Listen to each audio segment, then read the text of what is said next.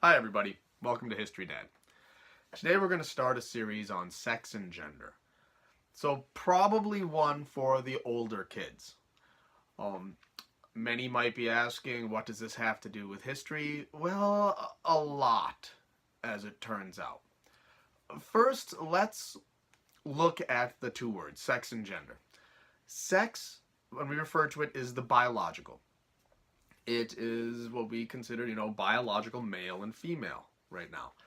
Um, Gender is more the social construct we put around it, how we think of male, how we think of females, how they are are supposed to interact socially, our conception of it. See, it wasn't always quite this way. In fact, the ancients, way back in the Western European schools of thought, they originally thought there was one sex, not a male and a female. There was male, and then a female was a male who hadn't quite completed.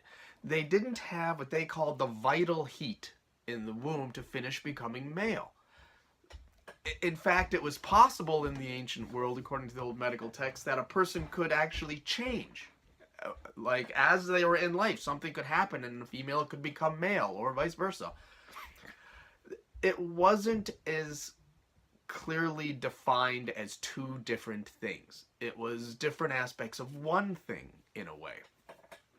And this lasted a while. This didn't just, once ancient Greece fell or stopped being a real big entity, that the idea went away. No, this concept lasted in medical science and among people until the 17th century. It lingered before it kind of was finally done away with. Now, why is this important? Well, it's important because the way we view sex and gender colors every interaction we have with another person in our life. It simply does. Whether you believe it or not, you treat people differently. You think of people in these terms. That is part of the context you put everything in our society in. Now, a reason besides history that I think this is still important in the modern day, well, you really need to look at it. You see, the people in ancient Greece were not idiots. These were some intelligent people. They made observations and laid the groundwork for a lot of our modern science, for physics, for democracy. These were not stupid people. They weren't dumb. They just were looking at everything through the lens of their time, how they viewed the universe.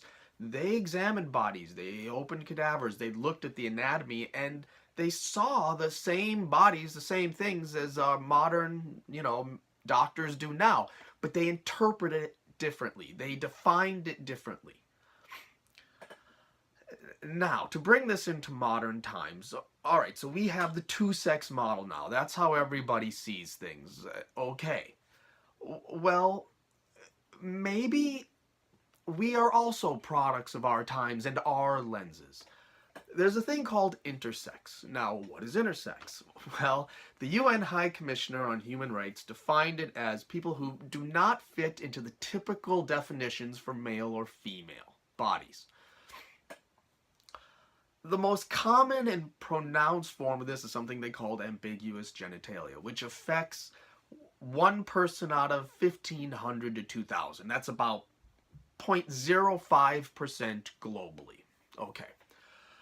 Well, there is more aspects to intersex than just this definition. Those are the people that they immediately call in medical experts and they figure out which this is going to be, male or female, and they do surgery. In fact, research has been done that suggests from 1955 to 2000, it was really 1 to 2 people out of 1,000 that ended up having some sort of corrective surgery to help put them into one of our more defined classes of sex. That's 0.1 to 0.2% of people. There have been more recent studies that put the amount of intersex people, which is not just so pronounced at birth that they do surgery, because some of these things develop later on in puberty. Some are just smaller variations, but variations nonetheless. And they put that at somewhere around 1.7%. That's the same percentage, the same odds of a person having red hair, for example.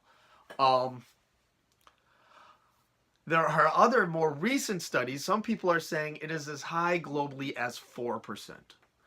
Now, let me try and put this into some real world numbers. Okay, the ambiguous genitalia, the smallest portion of this that people will accept. There's a definite difference.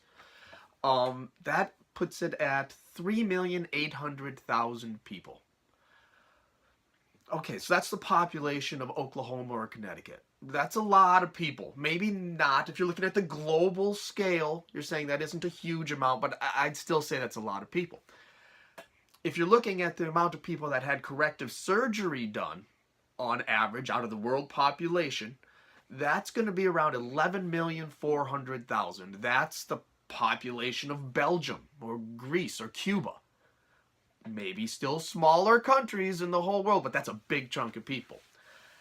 If you are looking at the 1.7% that are intersex, that most agree on that have studied this, that's 129 million people. We're talking the population of Mexico or Japan. Now, if you look at the numbers that says this reaches as high as 4%, that's 304 million people. That is the population of the United States minus maybe New York. Okay. So what this really comes down to is that in the world, there's a distinct possibility, maybe a probability, that 304 million people, the population of the United States, does not fit into our established normative ideas. They don't fit into a sex classification at birth or through their life that we really allow for or understand. All I'm saying with this is we need to be aware at times that our ideas of how the world is, how life functions, how we function, it's really all based on us looking through the lens we've grown up with, that we've accepted, that has been conditioned into us. What medical science has said, what social science, our history, that affects how we look at everything, including what sex or gender a person is. And we need to take that into account going forward. All right, well, I'm going to continue this series. I have some specific examples I want to address of why we think the way we do based on how people have viewed sex and gender throughout time. But I'm not going to get into it all right now. It's a nice day out. Go be outside, do something, and we'll talk later. Thanks.